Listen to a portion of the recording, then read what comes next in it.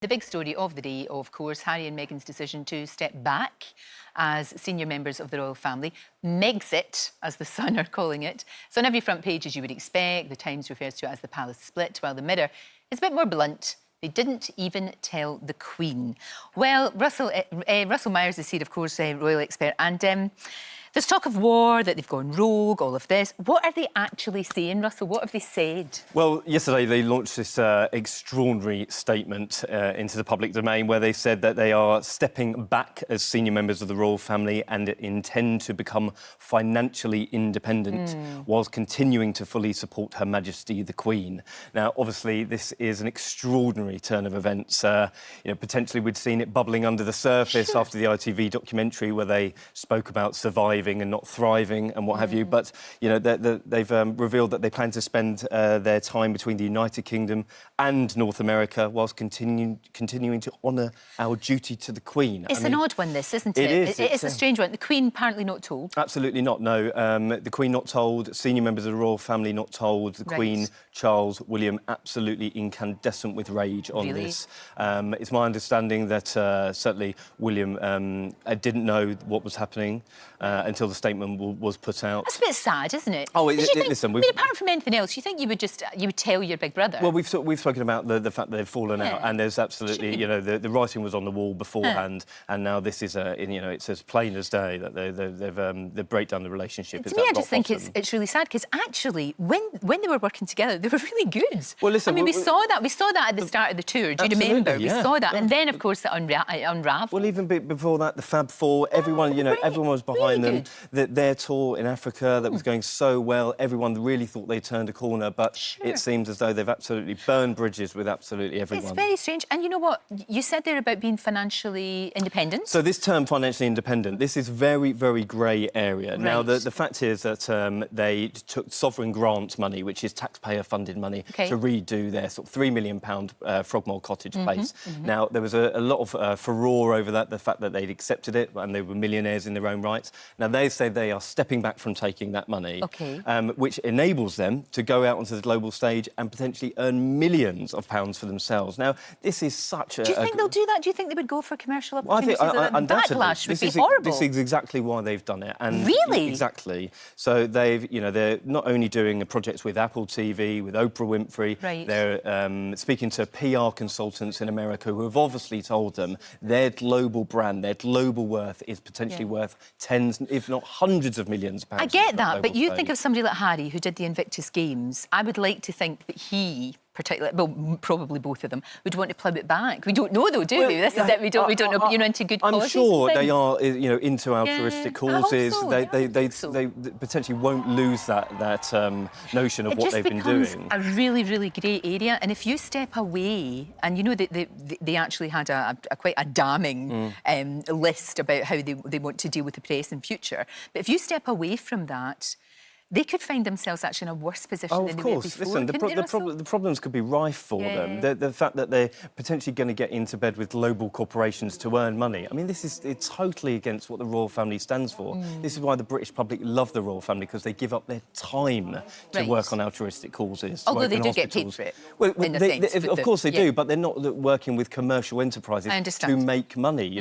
That Fergie has been often criticised about this. Edward tried to go and launch a TV career, and it absolutely bombed. So this could be absolutely awful decision for them. Stay with us, Russell, because we can go to former royal correspondent Jennie Bond. Now, Jennie, I just wonder if you've seen anything like this before, because it is hugely significant, isn't it? Well, it is. And, I have to feel for the Queen today. I always thought that in recent years her ship had been sailing in much calmer waters, but it's been very, very rough recently. And I think she's obviously dismayed. This is a family that's hurting this morning. And I think that she must feel that it is reprising what happened really with Edward VIII in 1936. He stood aside from the throne for the love of a woman, an American woman. And now she's seeing history almost repeating itself, although obviously Harry was never going to be a king.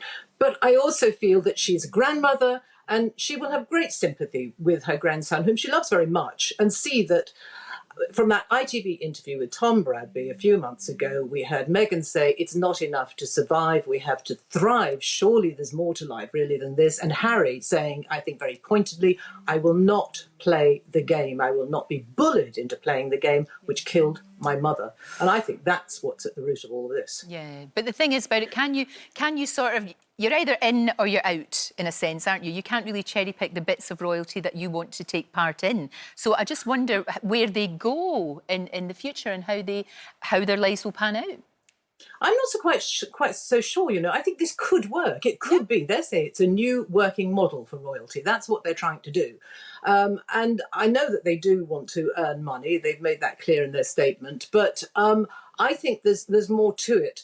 I feel that they want to modernise in a way that's very radical indeed, but it could work. You know, we've always said as royal correspondents, oh, they need us, the royal family need the press. Well, how else would they publicise their good works? Well, you know, things have changed. They don't really need the written press or even us, you know, on telly and radio, because they can control their own publicity. They've got 10 million followers on Instagram. And so rather like President Trump, they can put out what they want and control it in a way that wasn't possible in the Diana years. So it could work. It could be a whole new way. That's interesting, Jenny. What do you think, Russell? Do you think it could work, this new way forward? You know, You've got yes, the right certainly. idea. I think that they've got an opinion that it could work for them. They've obviously got a huge global standing. However, do they not want to open themselves up to criticism? It seems as though they want their cake and eat it. They want to be able to earn millions of pounds, fly around on private jets, and still lecture people on climate change. And I think when the push comes to shove, that will be the real problem that the British people will have. And certainly they seem to be taking their the court of opinion from social media at the moment, and I think that it's not going to work out for them. It's absolutely fascinating. Tell you what, our Ross is in Los Angeles for us. And Ross, how's the US reacting to this? In general, they're very, very for it, I would say. I think here in Hollywood, within smaller circles, it's not a surprise. I mean, I've heard from, quite early last year that they were looking for a house out here, and that speculation continued and got even stronger towards the end of last year. So it's not a particular surprise here. Also, what I'm hearing as well, and it's interesting here, Jenny, talk about that as well, that I hear that a lot of it was to get away from the control, apart from the financial side of things, but actually to get away from the control of the royal family over them. But again, financially independent. If you want to come to a place and make lots of money, there is no better place to make more money than Hollywood here. That's so true.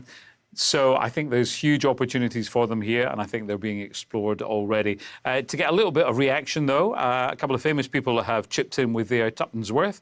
Jamila Jamil, British actress and host out here in the US now, saying, and that, folks, is what power looks like, followed with a crown emoji. And then Bette Midler, the legend of Broadway and film, said, what a sad story. They hounded her and bullied her until it was no longer tenable to stay. Just like Diana, they'll never learn until it hits them in the wallet. That's what they're saying. It's very interesting. I'll tell you what, though, she's going to be closer to her mum, which is a good thing. And maybe, who knows, build bridges very quietly under the radar with the rest of the family.